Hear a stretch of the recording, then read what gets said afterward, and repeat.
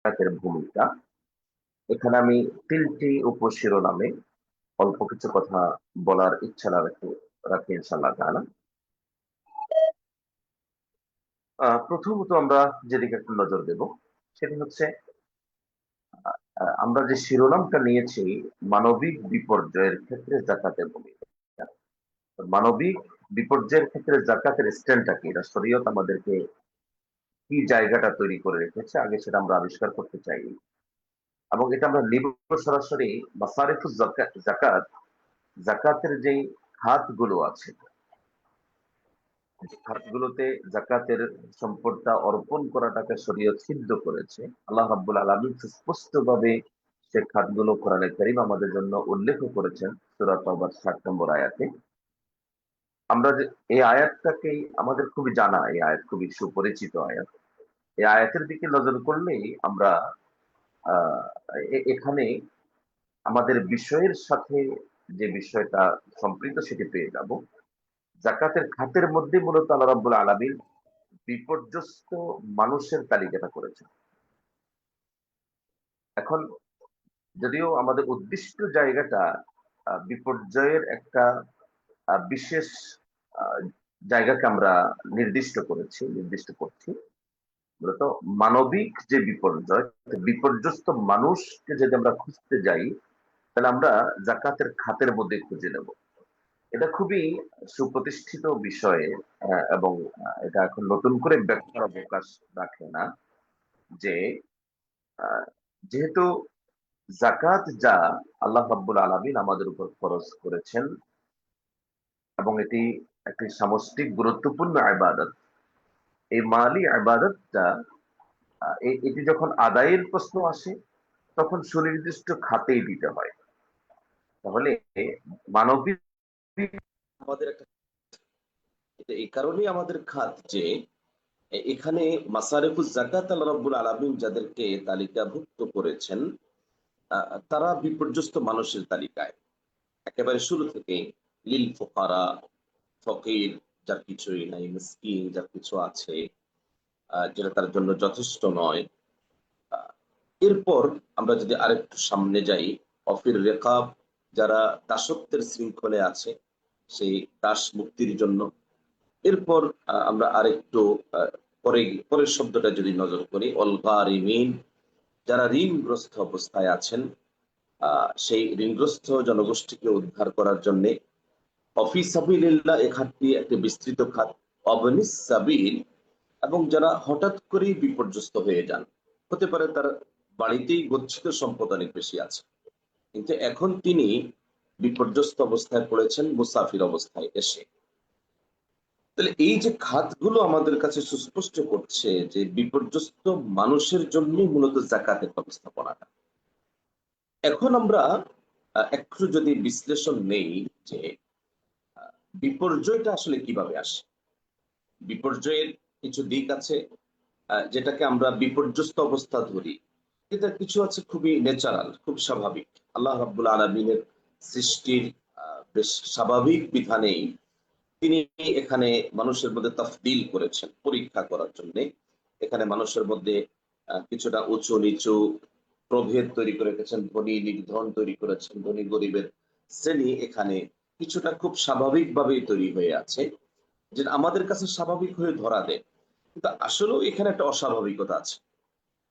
অস্বাভাবিকতা হচ্ছে, যদি শরীয়তের বিধিবিধানের মধ্য দিয়ে আমরা আমাদের জীবনটাকে পরিচালিত করতে পারতাম, বিশেষ করে অর্থনৈতিক বিধান ইসলাম যা আমাদের জন্য সুনির্দিষ্ট করেছে সেটাকে যদি আমরা আমাদের জীবনে যথাযথভাবে অ্যাপ্লাই করতে পারতাম, তাহলে এই যে বিপর্যস্ত যে শ্রেণীটা আমরা দেখি সচরাচর, এবং এটি একটা স্থায়ী রূপ এখন পরিগ্রহ করেছে, এটা থাকার কথা না। এটা যে তিরোধান করা সম্ভব, এটাকে যে নির্মূল করা সম্ভব, ইসলামের সোনালী ইতিহাসে তার যথেষ্ট পরিমাণ সাক্ষী আছে। আর এর পাশাপাশি আমরা একটু অস্বাভাবিক যেটাকে বিবেচনা করব, সেটা হচ্ছে মানবিক বিপর্যয়ের কিছু পরিস্থিতি তৈরি হয়। সেটা ঝড়, তুফান, বন্যা, এরপরে বিশেষ কোনো যদি দুর্যোগ হয়ে থাকে, সেই দুর্যোগের নানান ধরন আছে। এরপর যদি সেটা মানব সৃষ্ট বিশেষ কোনো দুর্যোগ হয়, যুদ্ধ পরিস্থিতির কারণে তৈরি হতে পারে, বাস্তুচ্যুত বেশ একটা বড় জনগোষ্ঠী তৈরি হতে পারে। নানানভাবে অস্বাভাবিক একটা অবস্থা তৈরি হওয়ার মধ্য দিয়েই মানুষের মধ্যে সেই ফকির শ্রেণী তৈরি হয়ে যাবে, মিসকিন শ্রেণী তৈরি হয়ে যাবে, ঋণগ্রস্ত শ্রেণী তৈরি হয়ে যাবে, কেউ পথের পথিক হয়ে মুসাফির হয়ে বিপাকে পড়ে যাবে। এসবগুলো পরিস্থিতি তৈরি হবে ঠিক বিপর্যয় তৈরি হওয়ার যে স্বাভাবিক কিংবা অস্বাভাবিক ক্ষেত্রগুলো আছে, এর মধ্য দিয়ে মূলত এই বিপর্যস্ত অবস্থাটা আমাদের মধ্যে বিরাজ করে। সম্মানিত প্রিয় উপস্থিতি, দর্শক শ্রোতা ভাই বোনেরা, এরপর আমরা যে দিকটাতে একটু নজর দেব, তাহলে যে বিপর্যস্ত যে শ্রেণীটা আমরা পাচ্ছি, এই বিপর্যস্ত শ্রেণী তাদের বিপর্যয়তা দূর করার ক্ষেত্রে আমরা কি ধরনের ভূমিকা, কি ধরনের পদক্ষেপ নিতে পারি। আমরা এখানে তিন চারটা মৌলিক বিষয় আমরা আমাদের সামনে যদি আনি। প্রথম হচ্ছে যে স্বাভাবিকভাবেই একটা দারিদ্রের একটা কমন অ্যাড্রেসিং এখানে আছে। দরিদ্র অবস্থাটা মানুষের মধ্যে তৈরি হয়। সেক্ষেত্রে আমরা যখন এই বিপর্যস্ত জনতার পাশে গিয়ে দাঁড়াবো, সেটা ঝড় তুফান, আহ বন্যা, সিডর, জলোচ্ছ্বাস, ইত্যকার পরিস্থিতি সহ এ ধরনের কোন পরিস্থিতির কারণে, আমরা আরো কিছু বিষয় আগে উল্লেখ করেছি, যুদ্ধ পরিস্থিতির কারণে হতে পারে, ভূমিকম্পের কারণে হতে পারে। এসব কিছুর কারণে মানুষের মধ্যে যে দারিদ্রটা স্থায়ীভাবে অথবা অস্থায়ীভাবে চেপে বসে, স্বাভাবিকভাবে যখন যাকাতকে শরীয়তের বিধানের আলোকে আমরা সেই ব্যক্তিদের কাছে পৌঁছানোর ব্যবস্থা করব, তখন তাদের দারিদ্রটা বিমোচিত হওয়ার ব্যবস্থা হবে। দ্বিতীয়ত, মানুষ স্বাভাবিকভাবে একটা সেফ লাইফ খোঁজে। সোশ্যালি যখন সে তার জীবনটা লিড করবে, তখন তার জন্য একটা সেফ লাইফ দরকার, যেখানে তার নিরাপত্তা থাকবে তার মৌলিক মানবীয় যে অধিকারগুলোর কথা আছে, সে অধিকারগুলো খুঁজে পাবে। এরকম একটা সামাজিক নিরাপত্তা তার দরকার। যখন আমরা যাকাতকে যথাযথভাবে বিপর্যস্ত মানুষের কাছে নিয়ে যাব, তখন খুবই স্বাভাবিকভাবে এর ফলশ্রুতি হবে যে এখানে গৃহহীন মানুষ যারা তৈরি হয়, এতিম যারা তৈরি হয়ে, অথবা এতিম শ্রেণী যারা এখানে দাঁড়ায়, এরপর পথ শিশু, বৃদ্ধ, অক্ষম শ্রেণীর মানুষ তৈরি হতে পারে। এদের সবার কাছেই যখন আমরা যাকাতকে পরিকল্পিতভাবে পৌঁছাতে পারবো, তখন তাদের একটা সামাজিক নিরাপত্তা তৈরি হবে, যে নিরাপত্তা ব্যবস্থার মধ্য দিয়ে সে তার অন্ন, বস্ত্র, বাসস্থান, শিক্ষা, চিকিৎসা ইত্যাকার মৌলিক অধিকারগুলো পূরণ করার একটা ব্যবস্থা সে করতে পারবে।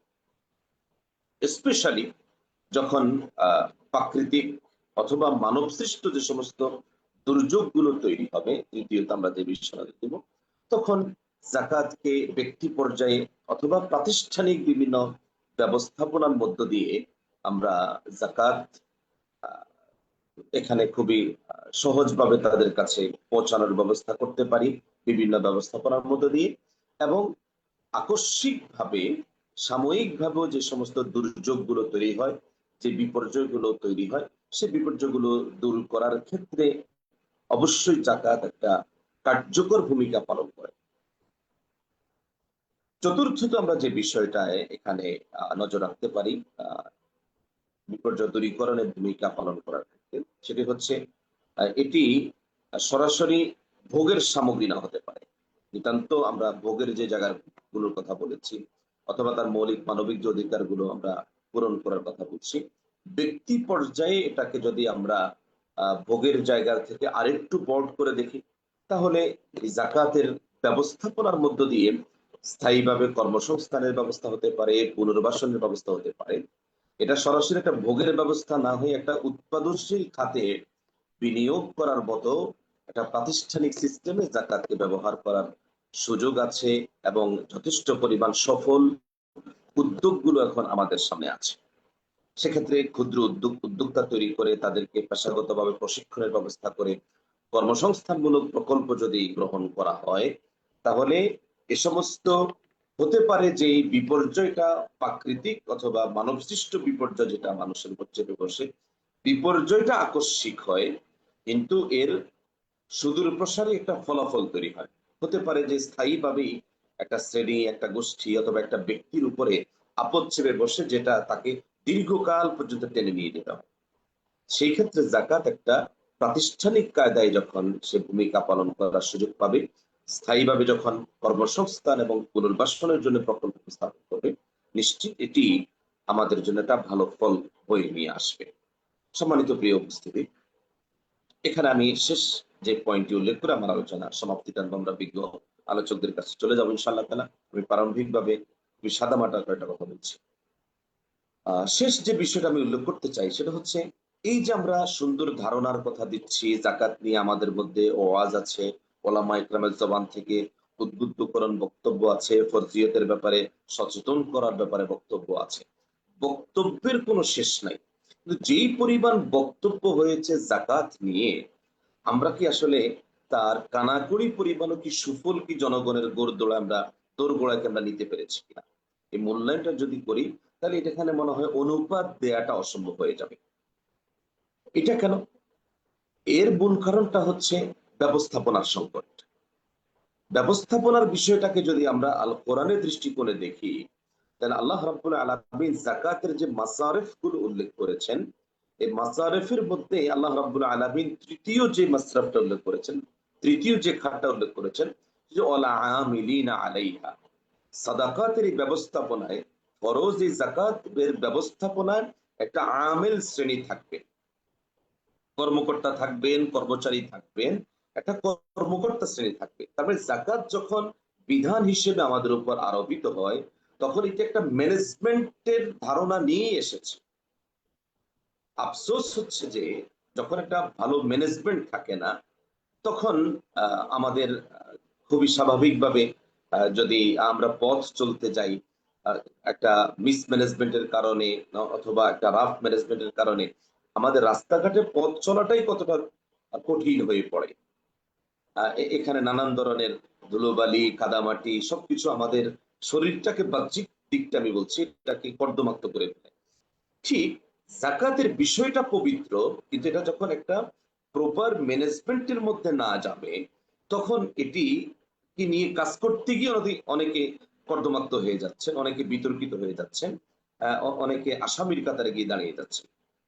এই জায়গাটায় আমাদের জাকাতের সুফল নিয়ে বিপর্যস্ত মানুষের সংকট মোকাবেলার জন্য আমরা যদি কথা বলি, তাহলে এর একটা স্থায়ী ম্যানেজমেন্টের জায়গা আমাদেরকে যেতে হবে। স্থায়ী ম্যানেজমেন্টটার জন্য আমাদেরকে তাকাতে হবে আমাদের খুদওয়া, আমাদের উসওয়া মুহাম্মদ রাসূলুল্লাহ সাল্লাল্লাহু আলাইহি ওয়াসাল্লামের কাছে। আল্লাহ রাব্বুল আলামিন যার মাধ্যমে আমাদের কাছে এই বিধানটা আরোপ করলেন, তিনি একটা প্রাতিষ্ঠানিক কাঠামো দাঁড় করিয়েছেন। শুরুতে মদিনায় একটা রাষ্ট্র কাঠামোর মধ্য দিয়ে আল্লাহ রাব্বুল আলামিন যাকাতের বিধানটা ফরজ করেছেন, এবং রাসূলুল্লাহ সাল্লাল্লাহু আলাইহি ওয়াসাল্লাম একটা রাষ্ট্র কাঠামোর সুনির্দিষ্ট ব্যবস্থাপনার মধ্য দিয়ে এই ম্যানেজমেন্টটাকে দাঁড় করিয়েছেন।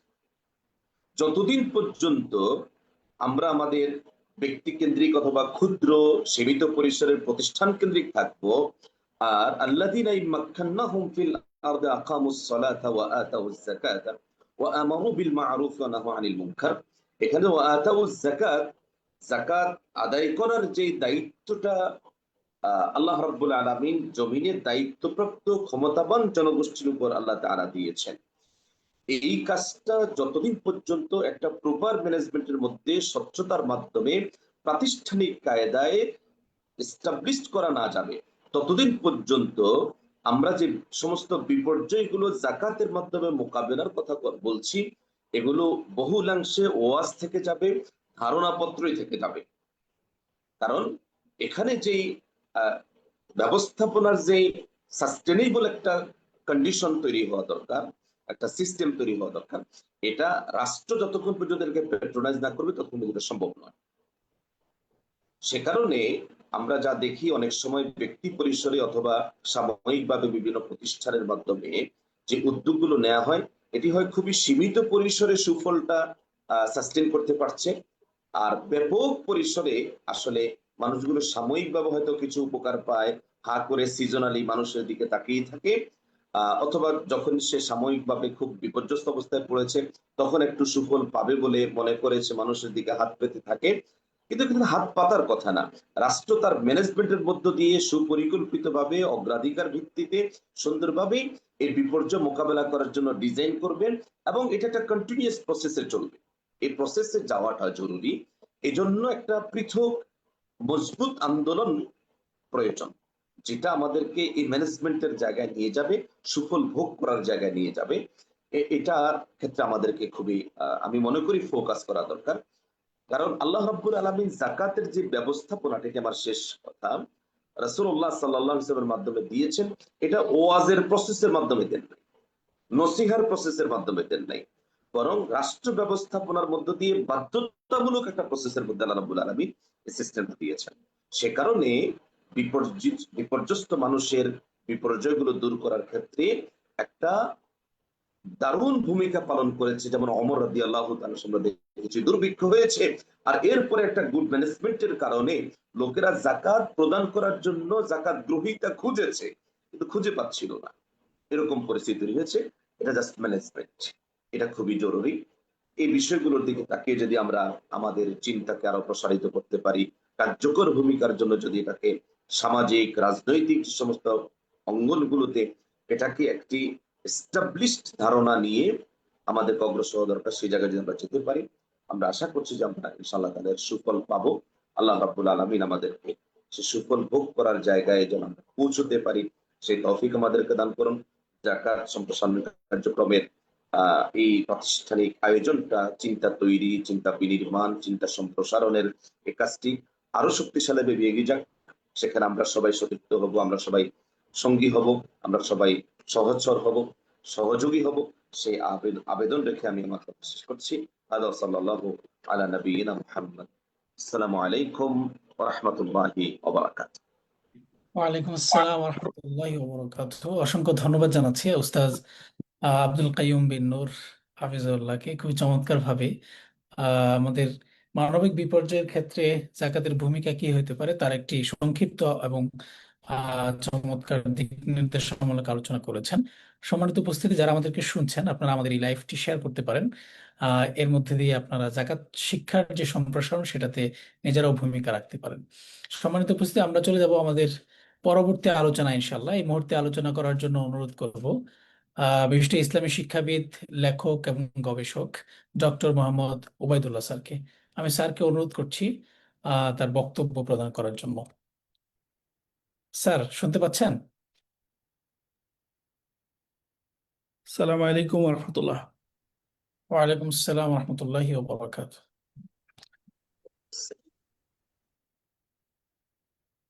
জাস্ট এ মিনিট, একটু টেকনিক্যাল।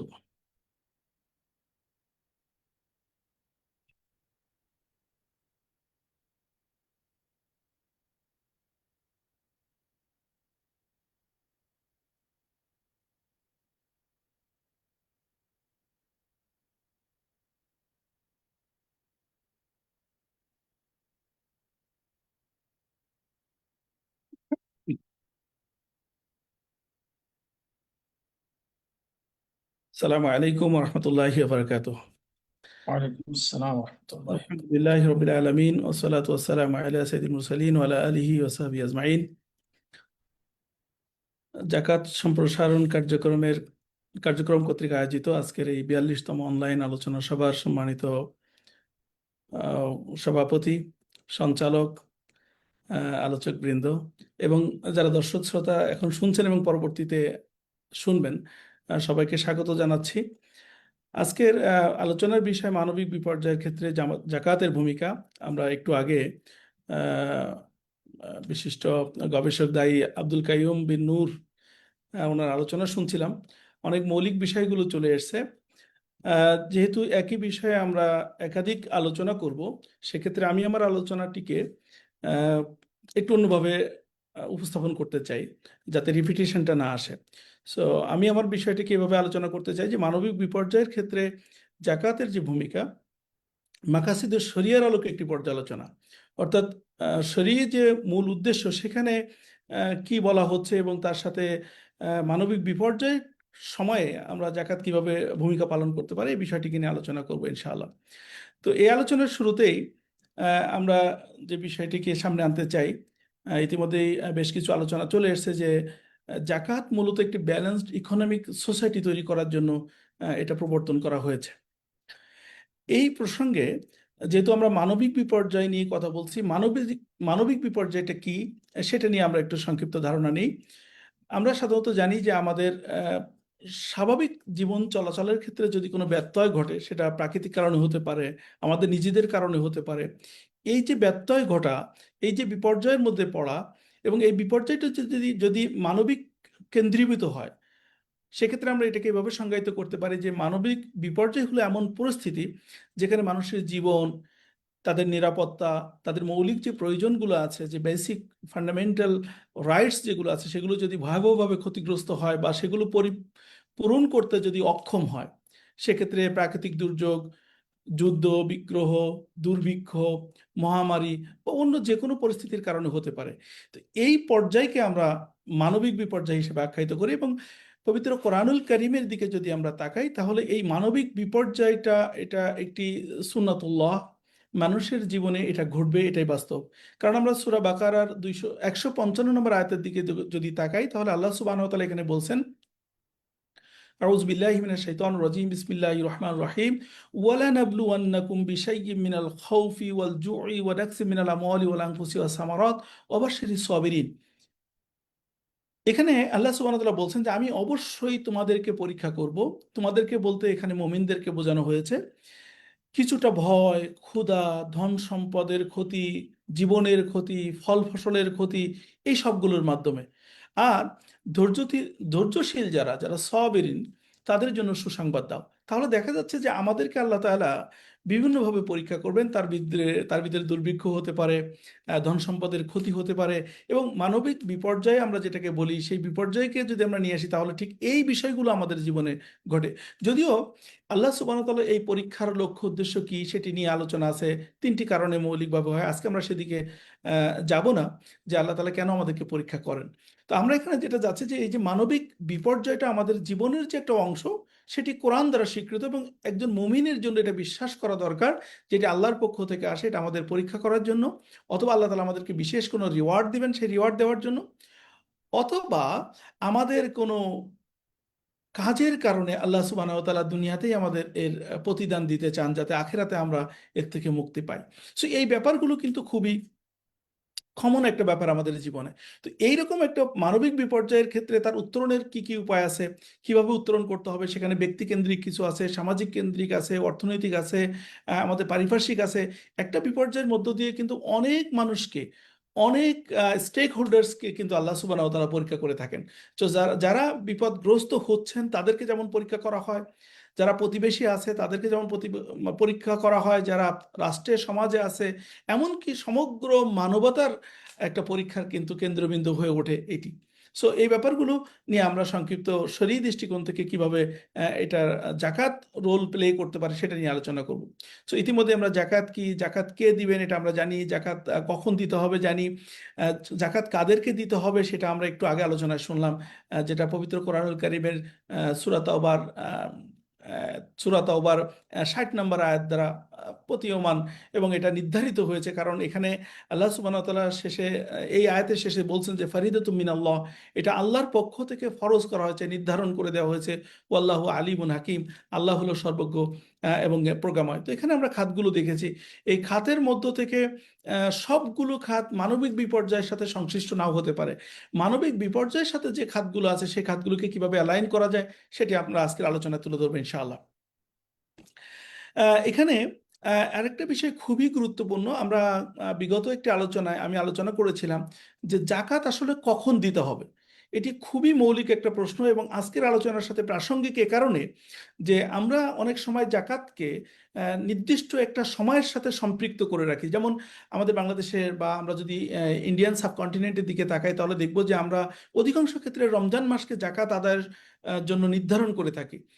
অবশ্যই অবশ্যই রমজান মাসে জাকাত আদায় করলে বিশেষ ফায়দা পাওয়া যাবে বটে, তবে জাকাত আদায়ের ক্ষেত্রে কিন্তু শর্ত হলো যে যখন কারোর সম্পত্তি 1 বছর পূর্ণতা পাবে, জাকাত আদায় হওয়ার মতো যে নিসাব বা যে পরিমাণ সেটি, তো সেটি হওয়ার কারণে জাকাত কিন্তু সারা বছর এটা রিসাইকেল হতে থাকবে, মানে এটা প্রবাহমান অবস্থায় থাকবে। সেটা রমজান মাসে হতে পারে, শাওয়াল মাসে হতে পারে, রজব মাসে হতে পারে, মুহররম মাসে হতে পারে। এই যে প্রত্যেকটা মাসে, শুধু প্রত্যেকটা মাসের সাথেও সম্পর্ক না, প্রত্যেক দিনের সাথেও সম্পর্ক হয় যদি আমরা সূক্ষ্মভাবে জাকাত হিসাব করি, যে আমার উপরে জাকাত কখন থেকে কখন আমার উপরে জাকাত ফরজ হচ্ছে। যেমন আমরা যদি একটা ক্যালকুলেশনে যাই, আমরা এটা জানি যে নিসাব পরিমাণ সম্পত্তির মালিক 1 বছর পর্যন্ত যদি কেউ থাকে তাহলে তাকে জাকাত দিতে হয়।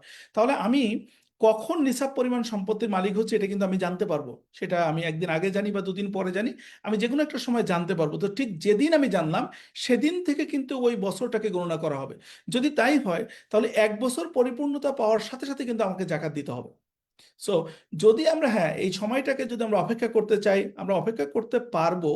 তবে যদি অপেক্ষা করার কারণে জাকাত আদায় করতে সক্ষম না হই, হতে পারে আমার মৃত্যু হয়ে গেছে, হতে পারে অন্য কোনো প্রবলেম তৈরি হয়েছে, এরকম হতে পারে, এমনকি এমনও হতে পারে যে আমি যখন আমার জন্য, ফর এক্সাম্পল, আমার মুহররম মাসে জাকাত আদায়ের জন্য আমার উপরে ফরজ হয়ে গেছে, কিন্তু রমজান মাস আসা পর্যন্ত অথবা খুব সামান্য সময়ের মধ্যেও আমি হয়তো, আমার কোম্পানি দেউলিয়া হয়ে যেতে পারে, প্রাকৃতিক দুর্যোগের কারণে আমার সম্পত্তির ক্ষতিগ্রস্ততা হতে পারে, তাহলে কিন্তু আমি ওই রমজান মাসে জাকাত আদায় করার মতো ক্যাপাসিটিতে নাও যেতে পারি। ফলে স্কলারদের অভিমত হলো যেটা উত্তম, সেটি হলো জাকাত যখনই আপনার উপরে ফরজ হবে তখনই এটাকে আদায় করে ফেলা। এবং এই আদায় করার পিছনে কিন্তু শরীয়ত একটা উদ্দেশ্য আছে। আমরা জানি যে শরীয়তের বিধানগুলো মূলত মাসালেহ যেটাকে বলা হয়, মুরসালা, যেটা মানুষের কল্যাণকর কারণে হয়ে থাকে। প্রত্যেকটা বিধানের পিছনে কিন্তু মানুষের কল্যাণ নিহিত। যদি তাই হয় তাহলে দেখেন, আমার যদি আহ, বাংলাদেশের জনগণের কথা যদি চিন্তা করি, সেখানে আমাদের 18 কোটি মানুষের মধ্যে যদি 2 কোটি মানুষের উপরেও বা 1 কোটি মানুষের উপরে যদি জাকাত ফরজ হয়, বা তার চেয়ে বেশি হবে অবশ্যই, সেটাও আবার পরিমাপের পরে নির্ধারণ করে কতটুকু মিনিমাম নিসাব হলে জাকাত ফরজ হবে এটা নিয়ে যেহেতু ইখতিলাফ আছে। বাট আমার কাছে মনে হয় যে বাংলাদেশের 2 কোটির বেশি মানুষ হয়তো জাকাত দিতে পারবেন যদি আমরা মিনিমাম নিসাবটাকে ধরি। এখন এই 2 কোটি মানুষ যদি নাও হয়, 1 কোটি মানুষও যদি জাকাত দেওয়ার মতো যোগ্যতা অর্জন করেন, এবং 1 কোটি মানুষ কিন্তু একই দিনে, একই মাসে, একই সপ্তাহে কিন্তু তার জাকাত ফরজ হচ্ছে না, ঠিক সেই জায়গা থেকে যদি এটাকে প্রতিদিন, প্রতি সপ্তাহ, প্রতি মাসে যদি এটাকে জাকাত দেওয়ার প্রক্রিয়া শুরু হয়, তাহলে দেখবেন যে আমাদের সমাজের যে অভাব, আমাদের সমাজের যে দারিদ্রতা, আমাদের সমাজের যে মানবিক বিপর্যয়গুলো, সেগুলো কিন্তু নির্দিষ্ট সময়ে আসে না, নির্দিষ্ট দিন, নির্দিষ্ট ক্ষণ, নির্দিষ্ট তারিখ, নির্দিষ্ট মাস এগুলো নিয়ে আসে না। তাহলে ঠিক যখনই বিপর্যয় আসছে তখনই কিন্তু আমরা জাকাত দিতে পারবো, বা যখনই আমাদের প্রয়োজন হচ্ছে, আমাদের সমাজের প্রয়োজন হচ্ছে, দারিদ্র জনগোষ্ঠীর যখন প্রয়োজন হচ্ছে, ঠিক তখনই কিন্তু আমরা এটা আদায় করতে পারবো। এখানে আরেকটা বিষয় খুবই গুরুত্বপূর্ণ, যে জাকাত আহ, বিপর্যয় তো সবসময় বলে আসে না যে কখন জাকাত বিপর্যয় আসবে, কিন্তু আমার যদি জাকাত ফরজ এর সময়টা যদি না আসে তাহলে আমি জাকাত আদায় করতে পারবো কিনা, সকল উলামাদের ঐক্যমত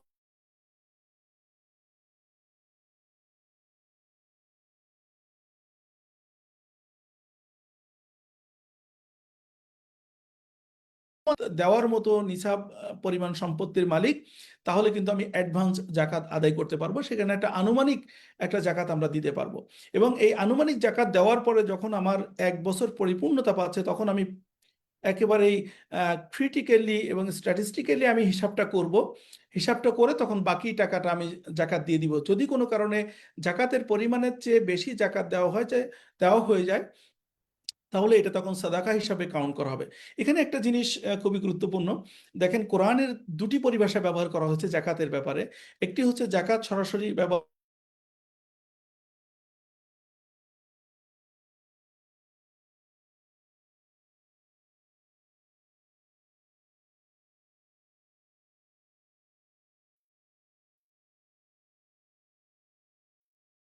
হ্যালো, আমাকে কি শোনা যাচ্ছে? জি, একটু ডিসকানেক্টেড হয়েছিলেন, আবার শোনা যাচ্ছে। জি। জি। তো এখানে আমরা যে বিষয়টা বলতেছিলাম, যে এই যে জাকাতের যদি বেশি দিয়ে ফেলি আমরা, তাহলে আমরা এটাকে যতটুকু জাকাত দেওয়া দরকার ততটুকু জাকাত হিসেবে কাউন্ট হবে, অতিরিক্তগুলোকে সাদাকা হিসেবে কাউন্ট করা হবে। এবং এই দুটি পরিভাষা কোরআনে ব্যবহার করা হয়েছে। যেমন আমরা যে সূরা তাওবার যে আয়াতটা আমরা সবসময় বলি, ইন্নামা সাদাকাতু লিল ফুকারা, এখানে সাদাকা শব্দটা ব্যবহার করা হয়েছে, কিন্তু এখানে সাদাকার অর্থই হচ্ছে জাকাত। আবার দেখেন, এই সাদাকার কথা কিন্তু অন্য জায়গায়ও বলা হয়েছে, যে অফি আমওয়ালিহিম সাদাকাত, অফি আমওয়ালিহিম হাক্কুল লিসাইলি ওয়াল মাহরুম, মানে ধনীদের সম্পত্তিতে কিন্তু গরিবদের জন্য হক আছে। এই গরিবদের হকের বর্ণনা করতে যে মুফাসসির কিরামগণ বলছেন যে এই হক জাকাতের মধ্য দিয়ে যেমন আদায় করা হয়, জাকাতের বাইরেও যদি কোনো সচ্ছল ব্যক্তি থাকে, তারপরে জাকাত ফরজ না কিন্তু সচ্ছল, তার প্রতিবেশী যদি অভুক্ত অবস্থায় থাকে, দারিদ্রতার মধ্যে থাকে, তাহলে বা বিনা চিকিৎসায় যদি থাকে, মৌলিক যে অধিকারগুলো সেগুলো যদি পূরণ করতে অক্ষম হয়, তাহলে কিন্তু তাকে সহযোগিতা করতে হবে। এই সহযোগিতা যদি না করি, তাহলে কিন্তু আমি আবার দায়ী হয়ে যাব। অর্থাৎ আমার জাকাত দেওয়ার মধ্য দিয়েই কিন্তু আমার অর্থনৈতিক যে দায়বদ্ধতা সমাজের প্রতি ইসলামের দৃষ্টিভঙ্গি থেকে, সেটি কিন্তু আর শেষ হয়ে যায় না। ঠিক সেরকম একটা জায়গায় আমরা কিন্তু এই মানবিক বিপর্যয়ে শুধু জাকাত না, সদাকাটাও কিন্তু আমরা আসতে পারে। হ্যাঁ, তবে আজকের আলোচনা যেহেতু আমরা জাকাত নিয়ে করছি, সুতরাং জাকাতের এই অ্যাডভান্স জাকাতটাও কিন্তু আমরা তখন দিতে পারবো। ঠিক আমরা দুটো পয়েন্টে এখানে আলোচনা করার চেষ্টা করেছি। একটি হলো যে আমার জাকাতটা যদি ওই সময়ে ফরজ হয়ে যায়, তাহলে আমি ইমিডিয়েটলি জাকাতটা আদায় করে ফেলবো। এবং সে সময় যেমন বাংলাদেশের কোনো একটা অঞ্চলে যদি এরকম মানবিক বিপর্যয় তৈরি হয়, তাহলে সকল অঞ্চলের মানুষরা দেখবেন যে সেখানকার হেল্প করার জন্য কি পরিমাণ প্রয়োজন, এবং যাদের জাকাত ফরজ হয়ে গেছে তারা ইমিডিয়েটলি সেখানে সহযোগিতা করবেন। এখন এটা কিভাবে করবেন সে প্রক্রিয়া নিয়ে আমরা পরবর্তীতে আলোচনা করব। তাহলে আমরা দেখতে পাচ্ছি যে মানবিক বিপর্যয়টা খুবই প্রাকৃতিক এবং আল্লাহ প্রদত্ত, আর এই মানবিক বিপর্যয় তাদের পাশে দাঁড়ানোটা আমাদের জন্য ফরজ। এখন এটা জাকাত কিভাবে সেখানে আসবে, এটা নিয়ে আমরা আলোচনা করার আগে একটা ছোট্ট বিষয় নিয়ে আলোচনা করতে চাই। যেহেতু আমি যেটা মাকাসিদুস শরিয়া বা হায়ার পারপাস অফ শরিয়া নিয়ে আলোচনা করছি, যে শরিয়ার অবজেক্টিভটা কি জাকাতের ক্ষেত্রে এবং মানবিক বিপর্যয়ের ক্ষেত্রে কিভাবে এটা ভূমিকা পালন করে। সেখানে মাকাসিদুস শরিয়া আমরা জানি যে শরিয়াতের প্রত্যেকটা বিধানের একটা উদ্দেশ্য থাকে, এবং এই উদ্দেশ্যটাই হলো মূলত মাকাসিদুস শরিয়া। এই মাকাসিদুস শরিয়ার ক্ষেত্রে অনেকেই আলোচনা করেছেন। ইমাম আবু ইসহাক ইবনে মুসা আল শাতিবি, যিনি তার আল মুওয়াফিকাত ফি উসুলি শারিয়া, এটার এই বইয়ের বা এই গ্রন্থে তিনি মাকাসিদুস শরিয়া নিয়ে আলোচনা করেছেন। এর বাইরে ইমাম গাজ্জালি রাহমাহুল্লাহ আলোচনা করেছেন, এবং অনেক স্কলাররা আলোচনা করেছেন। সেখানে যে ব্যাপারে তারা একমত হয়েছেন যে মাকাসিদুস শরিয়া বা শরিয়াতের যে লক্ষ্য বা ইসলামী বিধানের যে লক্ষ্য, সেই লক্ষ্যকে 5টা মৌলিক উদ্দেশ্যকে তারা নির্ধারণ করেছেন। তার মধ্যে একটি হচ্ছে হিফজুন নাসল বা বংশ রক্ষা, যেটা হিফজুন নাফস জীবন রক্ষা, হিফজুদ্দিন ধর্ম রক্ষা, হিফজুল আকল জ্ঞান বা বুদ্ধির রক্ষা, হিফজুল মাল বা সম্পত্তি রক্ষা করা। এই 5টা মৌলিক বিষয়কে রক্ষা করার জন্যই মূলত বিধানগুলোকে দেওয়া হয়েছে, এবং প্রত্যেকটা বিষয় কিন্তু মানুষের কল্যাণের জন্য। যদি তাই হয়, তাহলে এই মানবিক বিপর্যয়ের ক্ষেত্রে এই শরীয়ী যে উদ্দেশ্য সেটি কিভাবে ভূমিকা পালন করছে, আর জাকাতের ক্ষেত্রে যে শরীয়ী উদ্দেশ্য সেটা কিভাবে ভূমিকা পালন করছে, এটা আমরা সংক্ষেপে আলোচনা করে আজকে আলোচনা শেষ করব। শুরুতে মানবিক বিপর্যয়ের ক্ষেত্রে জাকাত ভূমিকা রাখতে পারবে কি পারবে না, এটা নিয়ে কিন্তু একটা কোশ্চেন থাকতে পারে। যে জাকাতের ব্যাপারে তো নির্ধারণ করে দেওয়া হয়েছে 8টি খাত, তো 8টি খাতের বাইরে যখন বিপর্যয়ের সম্মুখীন হয়, তখন তো অনেক ধনী লোকজন থাকে, অনেক সচ্ছল মানুষরা থাকে, বা অনেক হিন্দু মানুষরা, নন মুসলিমরা থাকে, খ্রিস্টান থাকতে পারে, বৌদ্ধ থাকতে পারে। তো এইরকম একটা মানবিক বিপর্যয়ে সবাইকে আমরা সাহায্য করতে পারবো কিনা, এই জিজ্ঞাসার উত্তরে আমরা স্কলাররা বলেছেন যে হ্যাঁ, অবশ্যই আমরা সহযোগিতা করতে পারবো জাকাতের মধ্য দিয়ে, কিন্তু সেটা শর্ত সাপেক্ষে। আপনারা একটা জিনিস জানেন যে জাকাতের ব্যাপারটা কিন্তু আল্লাহ সুবহানাহু ওয়া তাআলা কনফাইন করে দিয়েছেন যে কাদেরকে দিবেন, কখন দিবেন, কে দিবেন, কিভাবে দিবেন। আর সাদাকার ব্যাপারটা কিন্তু ওপেন করে রাখা হয়েছে। সাদাকা বলতে জাকাতের বাইরে যে দান সাদাকার কথা আমরা বলি সেটির কথা বলছি। কিন্তু এই জাকাতের মধ্যেও কিন্তু নন মুসলিমদের ব্যাপারে বলা হয়েছে যে নন মুসলিমদেরকে যদি দেওয়া হয়, তাদের যদি ইসলামের প্রতি আগ্রহ তৈরি হয়, তাহলে কিন্তু তাদেরকে জাকাত দেওয়া যাবে। সো এই সূক্ষ্ম বিষয়টিকে ইসলামিক স্কলাররা বলছেন যে জাকাতের যখন মানবিক কোনো বিপর্যয় ঘটে তখন সবাই একটা ক্রান্তিকালের মধ্যে থাকে। এই সময় যারাই হাত বাড়ায় তাদের সাথে একটা সৌহার্দ্যপূর্ণ সম্পর্ক তৈরি হয়। সুতরাং জাকাত যখন দেওয়া হবে মানবিক বিপর্যয়ের মধ্যে যারাই ক্ষতিগ্রস্ত হবে তাদের সবাইকে যদি আমরা অ্যাটেন্ড করতে পারি, তাদেরকে যদি আমরা দিতে পারি, তাহলে সবার মধ্যে, মুসলিমদের মধ্যে তো একটা ভ্রাতৃত্ব বন্ধন হবে, তাদের হক পূরণ হবে। আবার নন মুসলিমদের মানে নন মুসলিমদের মধ্যেও কিন্তু এক ধরনের সম্পর্ক বিল্ড আপ তৈরি হবে, যেটা ইসলামকে জানার, ইসলামের প্রতি তাদের যে এক ধরনের আগ্রহ সেটা আরো বেশি তৈরি হতে পারে, যেটা সূরা তাওবার আয়াত দ্বারাই কিন্তু আমরা জানি যে এভাবে দেওয়া যায়। সেটি অনেকেই বলছেন যে হয়তো নন মুসলিম কনভার্ট হওয়ার পরে দেওয়া যায়, অনেকে বলছেন না কনভার্ট হওয়ার আগে দেওয়া যায়। বরং আয়াতের দিকে যদি আমরা তাকাই তাহলে ইসলামের প্রতি আগ্রহ জন্মাবে, এইরকম চিন্তা করেও কিন্তু আমরা জাকাত দিতে পারি। এখন দেখেন যে এই যে পবিত্র কোরআনুল কারীমের সূরা তাওবার 60 নম্বর আয়াতের শুরুতে যেটিকে বলা হয়েছে, এবং এটা কিন্তু ধারাবাহিকভাবে বলে দেওয়া হয়েছে যে কে পাবে, তারপর কে পাবে, তারপর কে পাবে, এই যে প্রাধান্য বা মুস্তাহিক নির্ধারণ করা, এটা আল্লাহ সুবহানাহু ওয়া তাআলা নিজেই করে দিয়েছেন। এখানে প্রথমেই ফুকারা ওয়াল মাসাকিন শব্দটা ব্যবহার করা হয়েছে। এই যে ফোকারা এবং মাসাকিন, এই দুইটা পরিস্থিতি কিন্তু মানবিক বিপর্যয়ের মধ্য দিয়ে, প্রাকৃতিক দুর্যোগ হতে পারে বা ইভেন ম্যানমেডও হতে পারে, যুদ্ধবিগ্রহের মধ্য দিয়ে হতে পারে। তো সেটি কিন্তু ফোকারা এবং মাসাকিন দুটো অবস্থায় কিন্তু মানুষ পতিত হতে পারে। এবং এখানে সবচেয়ে খুবই গুরুত্বপূর্ণ সেটি দেখেন, অনেক ধনী মানুষও কিন্তু রাতারাতি কিন্তু এই ফকির এবং মিসকিনে পরিণত হতে পারে, অথবা সাময়িক সময়ের জন্য কিন্তু এই দারিদ্রতা বা এই ফকির এবং মিসকিনের যে খাসায়েস বা বৈশিষ্ট্য বা হালত অবস্থা, সেটা কিন্তু তৈরি হতে পারে। তো যদি তাই হয় তাহলে কিন্তু জাকাত তাদের জন্য দেওয়াটা জরুরি হয়ে পড়ছে। যেমন আমরা ওখানে ইবনু সাবিলের কথা যখন আমরা পড়েছি যে আহ, আহ, যে মুসাফির অবস্থায় ধনী ব্যক্তিও কিন্তু নিঃস্ব হয়ে যেতে পারে। ঠিক ওই ক্রাইসিসে কিন্তু সে জাকাত নিতে পারবে, যদিও সে শুধু তার বাসায় ফিরে আসলে বা তার যে ব্যবসায়ী বা কর্মস্থলে ফিরে গেলে কিন্তু সে তখন জাকাত দাতা হিসাবেও সাব্যস্ত হতে পারে। কিন্তু ওই রকম পরিস্থিতিতে কিন্তু সে জাকাত নিতে পারে। যদি তাই হয়, মানবিক বিপর্যয়ের পরিস্থিতি যদি আমরা পর্যবেক্ষণ করি যে অনেকের সম্পত্তি আছে কিন্তু ওই মুহূর্তে সেই সম্পত্তি কোনো কাজে আসে না, তার খাদ্য থাকে না, তার বাসস্থান থাকে না, তার নিরাপত্তা থাকে না, তার চিকিৎসা থাকে না, তার পানির অভাব থাকে। আমরা যদি আমাদের যে বন্যার কথা যদি আমরা চিন্তা করি অ্যাজ অ্যান এক্সাম্পল হিসাবে, তাহলে আমরা দেখতে পাচ্ছি ইমিডিয়েটলি তাদের খাদ্য সংকট দেখা দেয়, ইমিডিয়েটলি তাদের আবাসস্থান দেখা যায়। অনেক ধনী মানুষ তারা বাড়ি রেখে কিন্তু যে ত্রাণ শেল্টার যেগুলো আছে, মানে দুর্যোগের জন্য যে শেল্টারগুলো আছে, সেই শেল্টারগুলোতে কিন্তু তাদের অবস্থান করতে হয়। তখন পানির একটা ভয়াবহতা দেখা দেয়, ইভেন তাদের টয়লেট যে ব্যাপারটা আছে, সেটা কিন্তু এক ধরনের বিপর্যয় দেখা যায়। তো এই সবগুলোর পিছনে কিন্তু তখন জাকাতের অর্থ ব্যয় করাটা বৈধতা পাবে।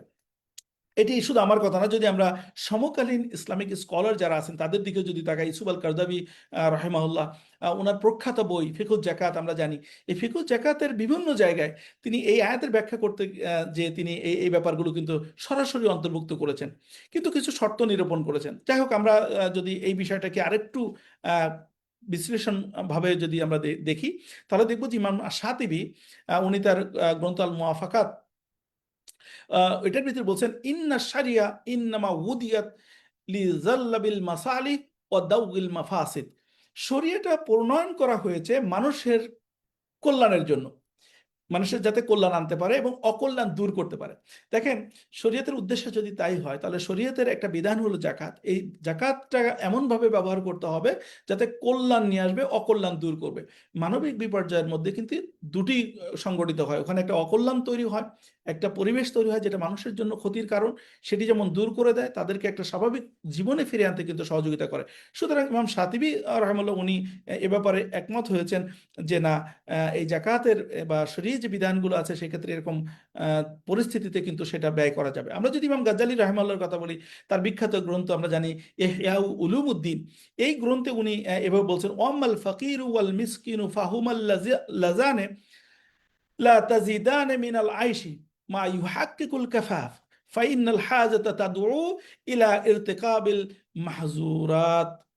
দেখেন, আমরা দেখতে যে এখানে উনি এভাবে বর্ণনা করছেন, পক্ষান্তরে ফকির এবং মিসকিন হলেন তারা যারা জীবন ধারণের জন্য পর্যাপ্ত পরিমাণ জীবিকা পায় না। দেখেন, মানবিক বিপর্যয়ের ফলে অনেক ধনী মানুষও কিন্তু তাদের যে জীবন ধারণের জন্য যে পরিমাণ জীবিকা দরকার, খাদ্য দরকার, পানীয় দরকার, এগুলো কিন্তু তারা পাচ্ছে না। নিশ্চয়ই প্রয়োজন মানুষকে নিষিদ্ধ কাজেও কিন্তু বৈধতা দিয়ে দেয়। এইটি আর একটু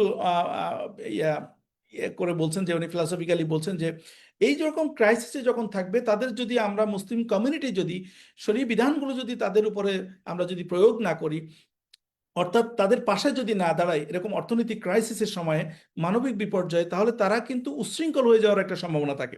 শুধু ওই রকম পরিস্থিতিতে না, যে কোনো সমাজের রাষ্ট্র ব্যবস্থায় বা যে কোনো পরিস্থিতিতে যদি দারিদ্রতার পরিমাণ বাড়ে, দরিদ্র মানুষের পরিমাণ যদি বাড়ে, তাহলে দেখবেন যে ওইখানে সামাজিক বিশৃঙ্খলা, অন্যায়, অত্যাচার, রাহাজানি, ডাকাত, চুরি, ছিনতাই এগুলো কিন্তু বাড়তে থাকে। এটার সাথে একটা সম্পর্ক হলো, মানুষ যখন তার প্রয়োজনের পূরণ করতে ব্যর্থ হয় তখন সে যে কোনো উপায় অবলম্বন করতে বাধ্য হয়। এবং এই যে উপায় অবলম্বন করলো, এই করার কারণে কিন্তু আমরা যারা সচ্ছল ব্যক্তি আছে তারা কিন্তু দায়ী হব। যে কারণে দেখবেন যে পবিত্র কোরআনুল কারীমে চুরি করার ব্যাপারে আয়াত নাজিল করা হয়েছে এভাবে, বিসমিল্লাহির রহমানির রহিম, আস-সারিকু ওয়াস-সারিকাতু ফাকতিউ আইদিহিমা, যে চোর এবং চোরনি অর্থাৎ পুরুষ চোর এবং নারী চোর তাদেরকে কি করে হাত কেটে দাও। এই আয়াতের ব্যাখ্যায় এবং ফিকহি মাসালার ক্ষেত্রে বলা হয়েছে যে সব সময় কি আমরা হাত কাটতে পারবো? না। যদি কেউ তার নিজের বেসিক যে ডিমান্ডগুলো সেগুলো পরিপূর্ণ করতে ব্যর্থ হয়ে যদি চুরি করতে বাধ্য হয়, তাহলে কিন্তু হাত কাটতে পারবেন না, কারণ এই দায় মানুষের। আমরা খলিফা হারুন আর রশিদ আমরা জানি যে ওনার সময়ের একটা ঘটনা, খুবই প্রসিদ্ধ ঘটনা, আমরা বিভিন্ন স্ত্রীর বইতে পাই যে উনি একবার বিচার করতেছিলেন একজন চোর, একজন বৃদ্ধ নারীর, যিনি চুরি করেছিলেন।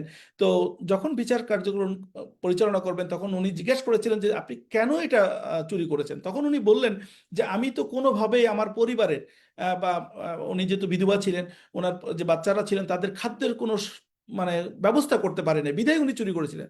তখন উনি বলেছেন যে এই দায় এইখানকার এই যে মাহাল্লা যেটা বা মাহকুমা যেটা, এই মাহকুমার যিনি বিচারক আছেন, যিনি খাদ্য অধিদপ্তরের দায়িত্বে আছেন, যিনি এইটার ইমাম আছেন এবং এই রাষ্ট্রের নায়ক, সবাই এটার জন্য দায়ী।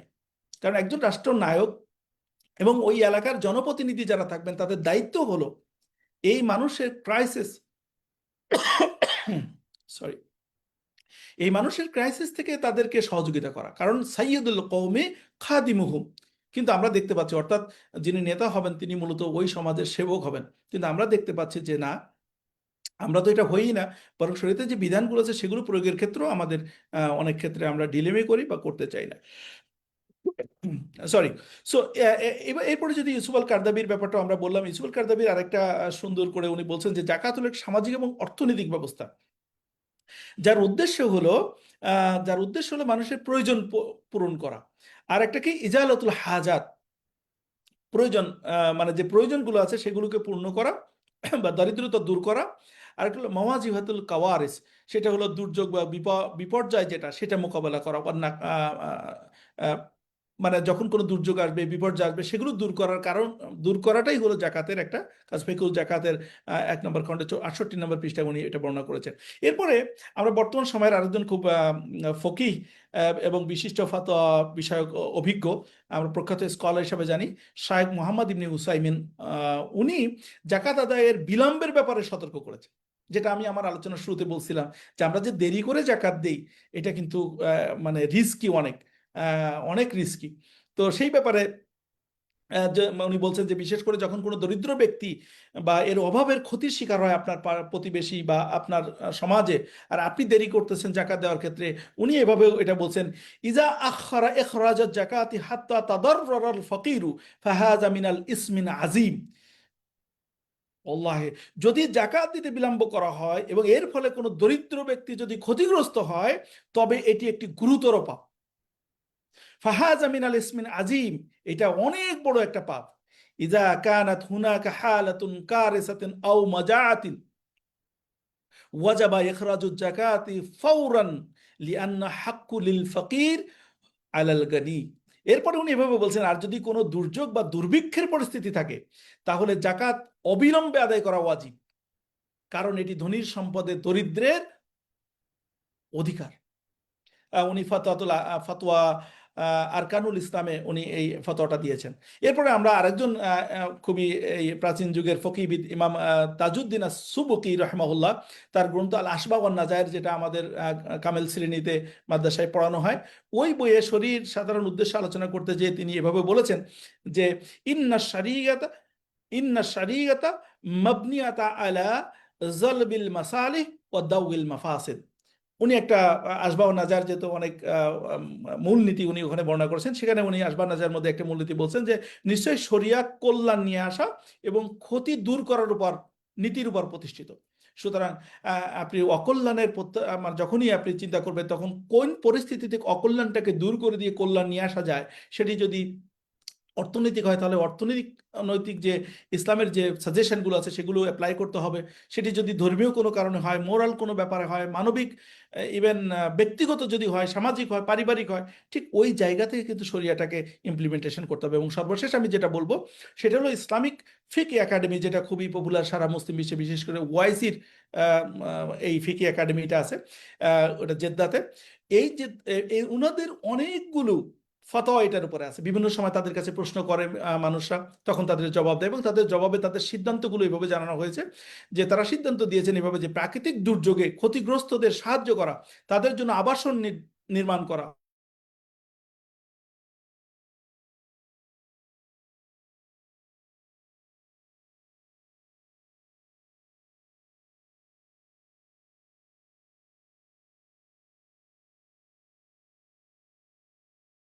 একটা খাত এই মানবিক বিপর্যয়ের সাথে সরাসরি সম্পর্কিত। তাহলে আমরা দেখি যে অবশ্যই মানবিক বিপর্যয়ে জাকাতকে দেওয়া যাবে, জাকাতের ব্যবহার করা যাবে, জাকাতের শর্ত সাপেক্ষে পরিস্থিতি বিবেচনায় এটাকে অ্যাডভান্সও জাকাত দেওয়া যাবে।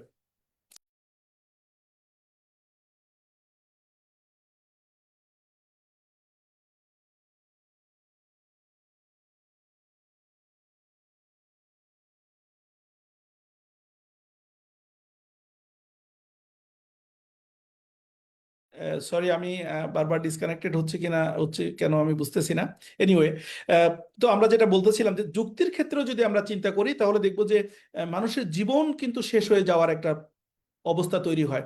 তো ঠিক সেই জায়গা থেকে মানুষের জীবন বাঁচানোর জন্য, কারণ ওই সময়ে মানবিক বিপর্যয় যখন তৈরি হয় তখন মানুষের জীবন বাঁচানোর জন্য আপনি জাকাত দিবেন, সাদাকা দিবেন, অন্যান্য যাদের যেভাবে সহযোগিতা করা আছে, হয়তো আপনি জাকাতের দেওয়ার আপনার সামর্থ্য নেই, কিন্তু আপনি ব্যক্তিগতভাবে কিন্তু সেখানে কাজ করবেন তাদের মানে তাদেরকে হেফাজত করার জন্য, তাদেরকে সুরক্ষা দেওয়ার জন্য, তাদের সেফটি দেওয়ার জন্য। আপনি জাকাত দিতে পারছেন না, কিন্তু যিনি জাকাত দিতে পারছেন তিনি তো সবার কাছে বিতরণ করতে পারছেন না, সুতরাং আপনি বিতরণ কার্যক্রমে অংশগ্রহণ করতে পারেন। আপনি ঘর বানাই দিতে পারবেন না, কিন্তু আপনি শ্রম দিতে পারবেন। আপনি হয়তো আমাদের বিশেষ করে সাতক্ষীরা এলাকাতে ভাঙন হয়, রাস্তাঘাট ভেঙে যায়, নদীর পানি ঢুকে মানুষের বাড়ি ঘরদোর সব, ফসলি জমি সব ডুবে যায়। আপনি হয়তো টাকা দিতে পারছেন না, কিন্তু আপনি কিন্তু শ্রম দিয়ে একদিন বা কিছু সময়ের জন্য হলেও কিন্তু সেখানে আপনি অংশগ্রহণ করতে পারেন। সুতরাং এ ধরনের মানবিক বিপর্যয় বা দুর্যোগ থেকে পরিত্রাণের জন্য জাকাত তো অবশ্যই ব্যবহার করতে হবে। এর বাইরে সাদাকা, এর বাইরে আপনার শ্রম, এর বাইরে আপনার চিন্তা চেতনা, এগুলো কিন্তু দিতে হবে। এখন আমরা বলি যে জাকাতের আহ প্রায়োগিকভাবে তাহলে আমরা কিভাবে করতে পারি। একটা হলো যে তাৎক্ষণিক ত্রাণ দেওয়া, যেটাকে আমরা খাবার, পানি, চিকিৎসা সেবা বা অস্থায়ী যে আশ্রয়ের যে ব্যবস্থা করা, এটা কিন্তু ইমিডিয়েট আমাদেরকে করতে হবে এবং এই দায়িত্ব আমাদের সকলের ব্যক্তিগতভাবে। এখানে কিন্তু আমরা সরকারের জন্য অপেক্ষা করতে পারবো না, কোনো প্রতিষ্ঠানের জন্য কিন্তু অপেক্ষা করতে পারবো না। ওই সমাজের ওই আশেপাশে যারা আছে ব্যক্তিগত উদ্যোগেও কিন্তু আমরা এটা গ্রহণ করতে পারি, তবে সামষ্টিকভাবে করলে সেটা সুসংহতভাবে হয়। সেজন্য অনেকে স্কলাররা বলেছেন যে এটা করা যেতে পারে। তবে এখানে একটা গুরুত্বপূর্ণ হলো হলো আমার আত্মীয় যদি কেউ ওখানে এই ক্ষতিগ্রস্তের মধ্যে পড়ে, আর আমি যদি দূরেও থাকি এবং আমি যদি সেফ থাকি, আমি যদি সক্ষম হই, তাহলে কিন্তু আমার আত্মীয়কে আগে সহযোগিতা করতে হবে। কারণ মুস্তাহেক বা এই ধরনের অধিকার পাওয়ার ক্ষেত্রে কাছের লোকজন কিন্তু আগে পাবে, তারপর প্রতিবেশী, তারপর অন্যান্য লোকজন কিন্তু পাবে। সুতরাং এখানে যদি কোনো ব্যক্তিও যদি এটা করে, সেটা করতে পারে এবং এটাও অনেক কার্যকর বলে ফকিগণ, ইসলামিক স্কলারগণ কিন্তু মনে করেন। এরপরে পুনর্বাসনের জন্য কিন্তু করা যেতে পারে। হয়তো একটা বিপর্যয় চলে গেলেই কিন্তু শেষ হয়ে যায় না, তাদেরকে পুনর্বাসনের প্রয়োজন হয়, বাড়িঘর নির্মাণ করার দরকার হয়, কর্মসংস্থান সৃষ্টি করার দরকার হয়, ক্ষুদ্র ঋণ অথবা কর্জে হাসানার প্রয়োজন হয়। এগুলো কিন্তু আমাদেরকে এগিয়ে আসতে হবে। আরেকটা বিষয় যেটা prevention is the better than cure, যেটা আমরা বলি, যে পরিস্থিতি আসার পরে তো অবশ্যই আমরা এটাকে দাঁড় করাবো, কিন্তু পরিস্থিতি যেন না আসে এরকম কিছু প্রিভেন্টিভ অ্যাক্টিভিটিস বা এফোর্টস কিন্তু আমাদের মধ্যে থেকে থাকা দরকার। এবং আমাদের কিন্তু এটা চিন্তা করে যেমন আমরা দুর্যোগ সচেতনতার জন্য যদি অ্যালার্ম ওয়ার্নিং সিস্টেম যদি আমরা ব্যবহার করতে পারি, এটা আমাদের দেশে আছে, এটাকে যদি আরো বেশি কার্যকর করা যায় তাহলে ক্ষতির পরিমাণ কিন্তু অনেক কমে যাবে। এবং আমার মনে হয় যে সত্যিকার অর্থে আমরা অনেকের জীবনকে রক্ষা করতে পারবো, মানে আল্লাহর ইচ্ছায় আমরা তাদেরকে সেভ করতে পারবো, সম্পত্তি সেভ করতে পারবো। এরপরে আমাদের যদি কমিউনিটি বিল্ড আপ করতে পারি, যে সবাই মিলে আমরা এই পরিস্থিতিকে কিভাবে আমরা ট্যাকেল দিব বা কিভাবে এটার উত্তরণের জন্য প্রচেষ্টা করব, সেটা হতে পারে। ইনফ্রাস্ট্রাকচার ডেভেলপমেন্ট, আমরা জানি যে জাপানের কিছু ইনফ্রাস্ট্রাকচার তারা করে, যেহেতু তাদের ভূমিকম্প মানে জোন সেটা, তো সেরকম আমাদের ইনফ্রাস্ট্রাকচারগুলো কিন্তু সেরকম করতে পারি আমরা জোন নির্ধারণ করে, এবং সেইটা করার ক্ষেত্রেও কিন্তু জাকাতের টাকাও আমরা ব্যবহার করতে পারি। এটি খুবই ইন্টারেস্টিং যে আমরা হয়তো বাড়িঘর তো তৈরি করলাম, যেটা বন্যার সময়, এখন তো অনেক বাড়িঘর তো তৈরি হয়েছে আমাদের বাংলাদেশেও, বুয়েটের একজন ইঞ্জিনিয়ার করেছেন, যে যদি বন্যা হয় তাহলে ওই বাড়িটা ভেসে বেড়াবে, অর্থাৎ ডুবে যাবে না, ভূমিকম্প প্রতিরোধক হতে পারে।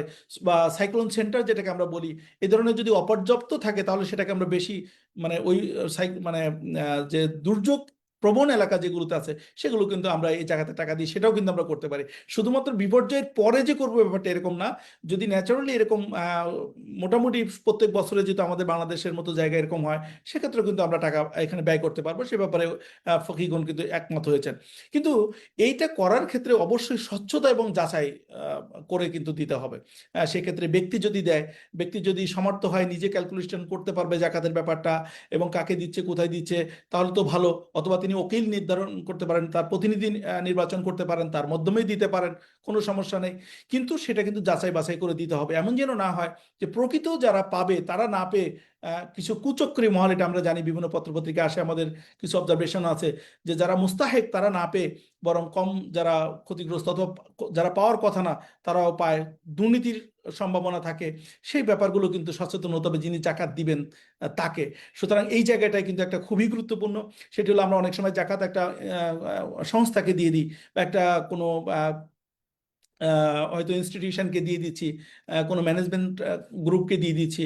এরপরে জাকাতটা যথাযথভাবে ব্যয় হচ্ছে কিনা এটা কিন্তু খোঁজ খবর রাখার দায়িত্বটা হলো যিনি জাকাত দিচ্ছেন তার উপরে। ব্যাপারটা এরকম না যে আপনি দিলেন এরপরে তাদের দায়িত্ব থাকবে, নো, এটা কিন্তু আপনাকে খোঁজ খবর রাখতে হবে। সুতরাং এটা কিন্তু খুবই সেন্সিটিভ একটা বিষয়। এই জন্য অনেক স্কলাররা বলেছেন যে যদি নিজে ইনভলভ হয়ে জাকাতটা দেওয়া যায় এটা বেশি উত্তম। এবং সাহাবীদের যুগে আমরা দেখেছি যে যিনি জাকাত দিবেন তিনি সশরীরে যে জাকাত দিতেন। এটি কিন্তু খুবই চমৎকার। তবে ওরকম আস্থাভাজন যদি প্রতিষ্ঠান গড়ে ওঠে, আপনার যদি ইনভলভমেন্ট থাকে, যিনি জাকাত দিবেন তিনি যদি নিশ্চিত হন।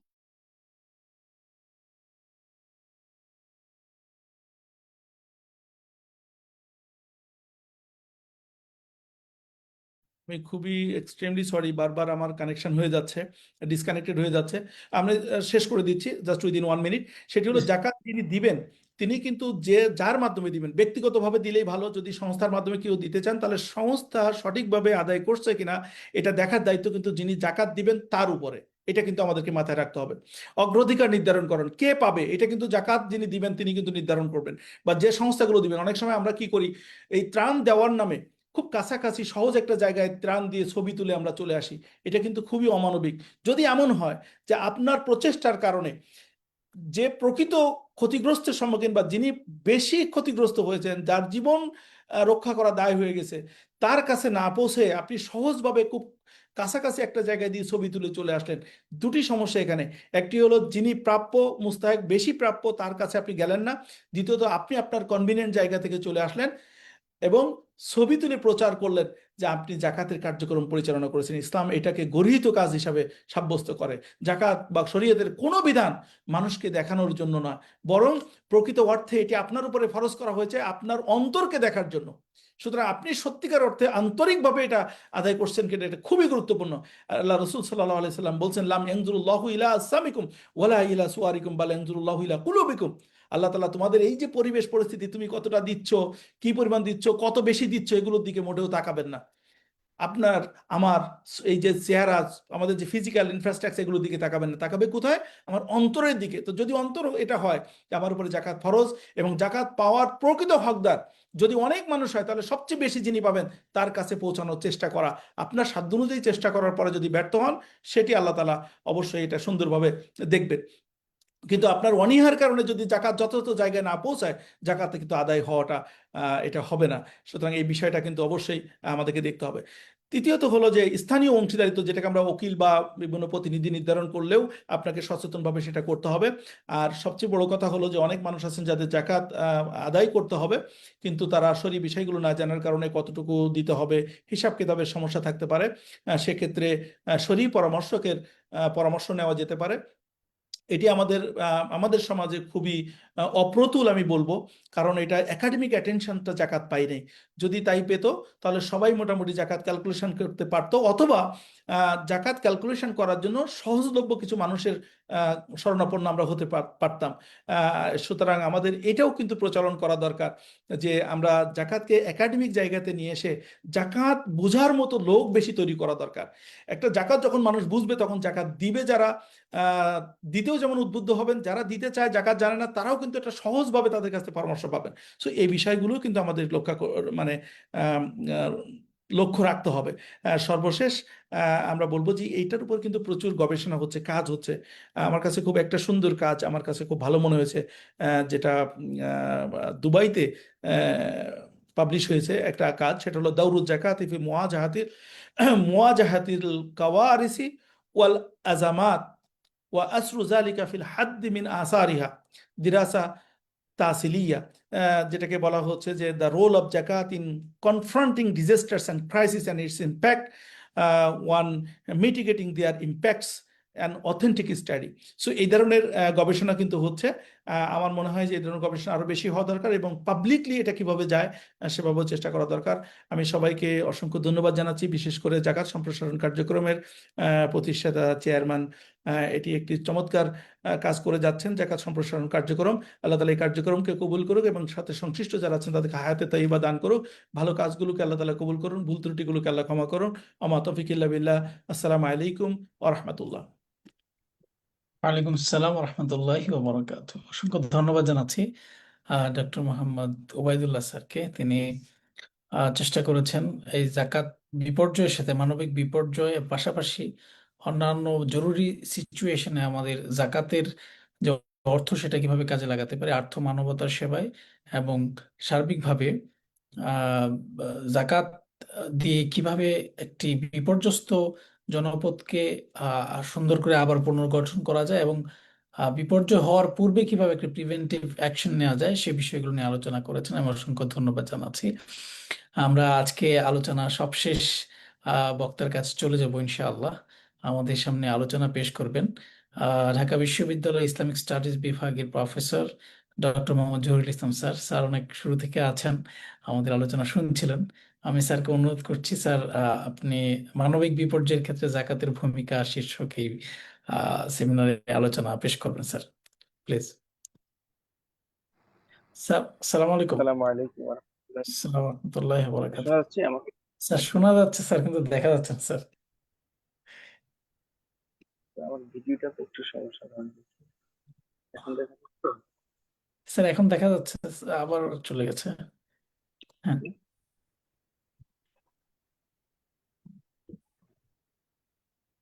এখন দেখা যাচ্ছে? জি স্যার দেখা যাচ্ছে স্যার। আর একটু সোজা করতে পারলে একটু সুন্দর দেখা যেত। আহ, জি স্যার, শুক্রিয়া। জি, থ্যাংক ইউ। আউযু বিল্লাহি মিনাশ শাইতানির রাজিম। বিসমিল্লাহির রহমানির রহিম। নাহমাদুহু ওয়া নুসাল্লি আলা রাসূলিল কারীম। জাকাত সম্প্রসারণ কার্যক্রমের উদ্যোগে আজকের এই সেমিনারে উপস্থিত ভাই পরিচালক, সঞ্চালক এবং আমাদের দুজন বিশিষ্ট ইসলামিক ব্যক্তিত্ব, ডক্টর ওবায়দুল্লাহ ভাই এবং আমাদের আরেকজন বিশিষ্ট আব্দুল কাইয়ুম বিন নূর কাইম উস্তাজ। শুক্রিয়া। আমি সবগুলি শুনছি, আমার মনে হয় যে গুরুত্বপূর্ণ সবগুলি বিষয় চলে আসছে। আমাদের সময় যেহেতু সংক্ষেপ, আমি সংক্ষেপে একটা দুইটা বিষয় খালি যুক্ত করি, কারণ উবাইদুল্লাহ স্যার অনেক গুরুত্বপূর্ণ আলোচনা রেখেছেন পুরোটাই। তো মানবিক বিপর্যয় শব্দটার আমি একটু ব্যাখ্যা দিই। মানবিক বিপর্যয় শব্দটা পবিত্র কোরআনে ফাসাদ শব্দটা দিয়ে ব্যাখ্যা করা হয়েছে। তো এই যে মানবিক বিপর্যয়টা দুই ভাবে আসতে পারে। একটা হচ্ছে মানুষের হাতের কামাই, নিজের মানুষের অর্জন। আর আল্লাহর পক্ষ থেকে যদি আসে সেটা হচ্ছে পরীক্ষা। আর হাতের কামাইয়ের ক্ষেত্রে এখানে আমরা পাই আল্লাহ তাআলা বলছেন বিসমিল্লাহির রহমানির রহিম, যুহারাল ফাসাদু ফিল বাররি ওয়াল বাহরি বিমা কাসাবাত আইদিন নাস লিইয়ুযীকাহুম বা'দাল্লাযী আমিলু। যে মানুষের এই যে জলস্থলে যে এই বিপর্যয়গুলি আসে মানুষের হাতের কামাই, নিজের অর্জন। আমরা সবুজ গাছপালা ধ্বংস করি, নালা নদী নালা ধ্বংস করি এবং পরিবেশ বিপর্যয় মানুষগুলি সৃষ্টি করে, এর ফল আসে। আর আরেকটা আসে আল্লাহর পক্ষ থেকে পরীক্ষা হিসেবে, যেটা ওবায়দুল্লাহ স্যার অলরেডি বলেছেন, ওয়ালা নাবলুয়াকুম বিশাইইন মিনাল খাউফি ওয়াল জু।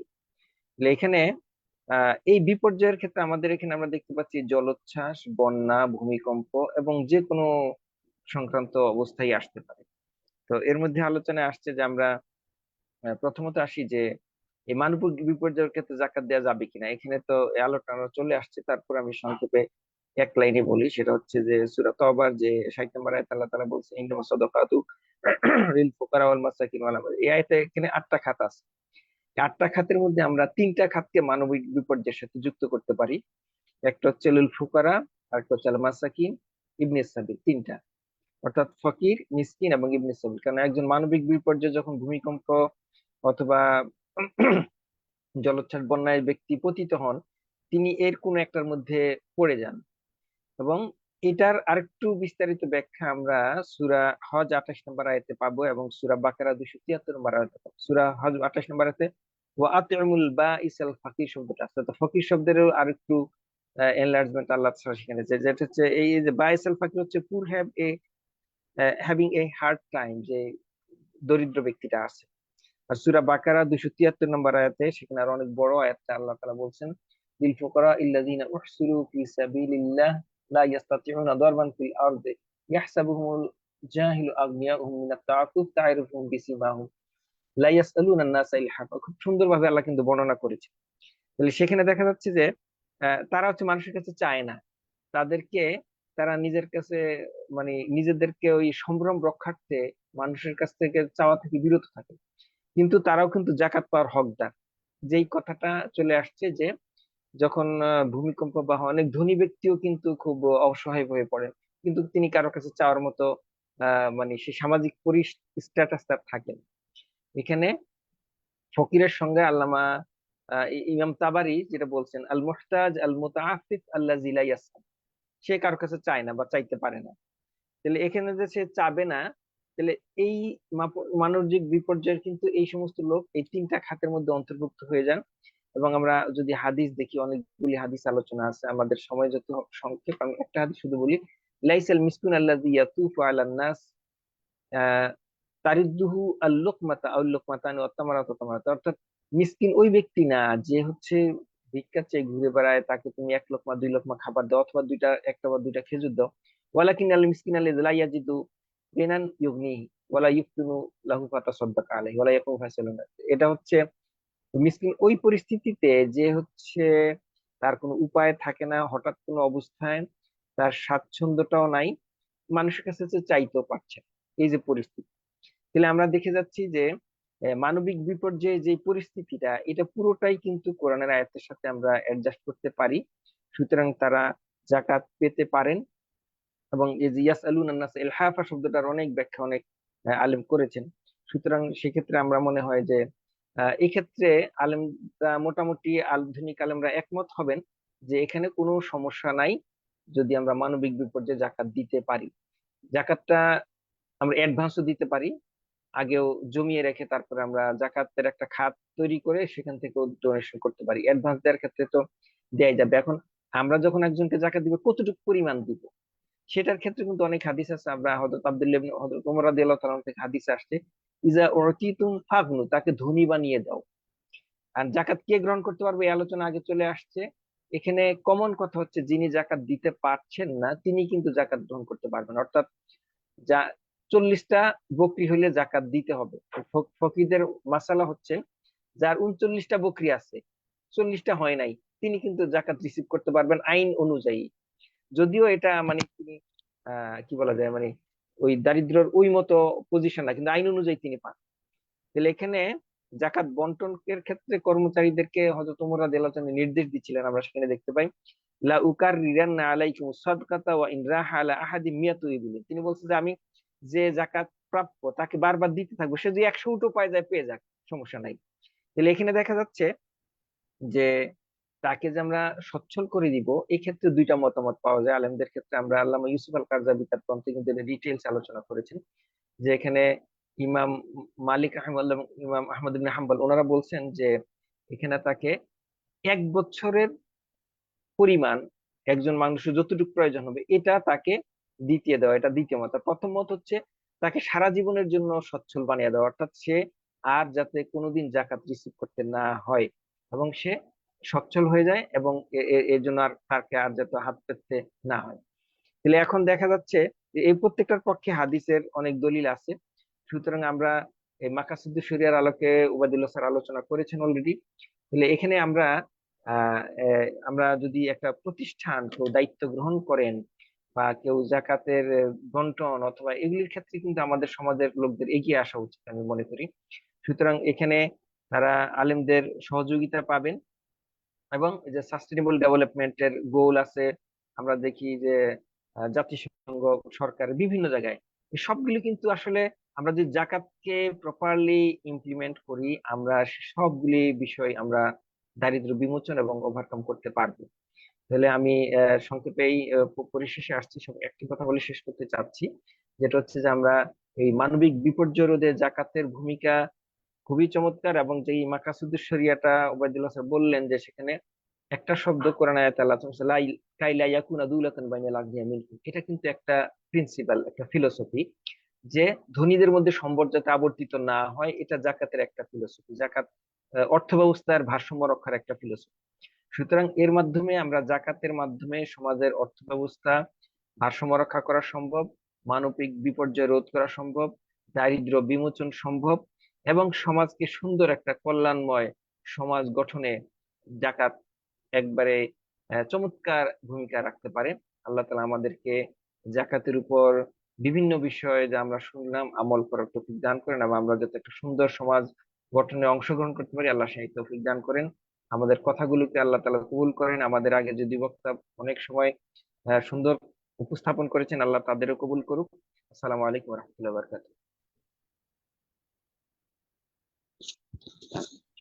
ওয়ালাইকুম আসসালাম রহমতুল্লাহি ওবরাকাতুহ। আহ ধন্যবাদ জানাচ্ছি আমাদের সম্মানিত উস্তাদ ডক্টর মোহাম্মদ জহুরুল ইসলাম স্যারকে। স্যার তার ব্যস্ততার মধ্যেও আমাদেরকে সময় দিয়েছেন। সম্মানিত উপস্থিতি, একে একে আমরা আমাদের সম্মানিত আলোচকদের আলোচনা শুনেছি, আলহামদুলিল্লাহ। আহ আজকে আলোচনার শেষ দিকে এসে আপনাদের কাছে আমরা অনুরোধ করব, যারা আমাদের এই জাকাত সম্প্রসারণ কার্যক্রমের কাজগুলো নিয়মিত ফলো করছেন, দেখছেন, আপনারা আমাদের এই উদ্যোগগুলোতে অংশগ্রহণ করতে পারবেন। যেমনটি আমাদের স্বাগত বক্তব্যে আমাদের সম্মানিত প্রতিষ্ঠাতা জাকাত সম্প্রসারণ কার্যক্রম সৈয়দ হাম্মাদ আল স্যার বলেছিলেন যে এই প্রতিষ্ঠানটি জাকাত শিক্ষা সম্প্রসারণের কাজ করে থাকে, এবং জাকাত কালেকশন বা অন্যান্য কাজ যেগুলো আমরা দেখে থাকি সাধারণত সেই কাজগুলো করে না। তাছাড়া জাকাত নিয়ে কেউ পিএইচডি, এমফিল এরকম উচ্চশিক্ষা যদি কেউ আগ্রহী হয়, তাহলে তাদেরকে সহযোগিতা করার একটি সুযোগ জাকাত সম্প্রসারণ কার্যক্রমের আছে। তো সেই জায়গা থেকে সবকিছু মিলিয়ে আমরা চেষ্টা করছি জাকাত শিক্ষা কার্যক্রমের আরো সম্প্রসারণ করা, মানুষকে জাকাতের বিষয়ে সচেতন করা, এবং জাকাত সম্পর্কে মানুষের মনে যে প্রশ্নগুলো আছে সেই প্রশ্নগুলোর উত্তর প্রদান করার জন্য। সম্মানিত উপস্থিতি, আমরা ধন্যবাদ জানাচ্ছি আপনাদেরকেও, যারা এত সময় আমাদের এই অনুষ্ঠানটি দেখেছেন। আপনাদের সুচিন্তিত পরামর্শ আমাদেরকে দিবেন, সে আলোকে আমরা আমাদের প্রোগ্রামগুলোকে আরো বেশি সুন্দর করার চেষ্টা করবো ইনশাআল্লাহ। আমরা আবারও আমাদের অতিথিদের জন্য আল্লাহর কাছে উত্তম জাযা কামনা করে আজকের এই প্রোগ্রাম এখানে শেষ করছি। আসসালামু আলাইকুম ওয়া রাহমাতুল্লাহি ওয়া বারাকাতুহু।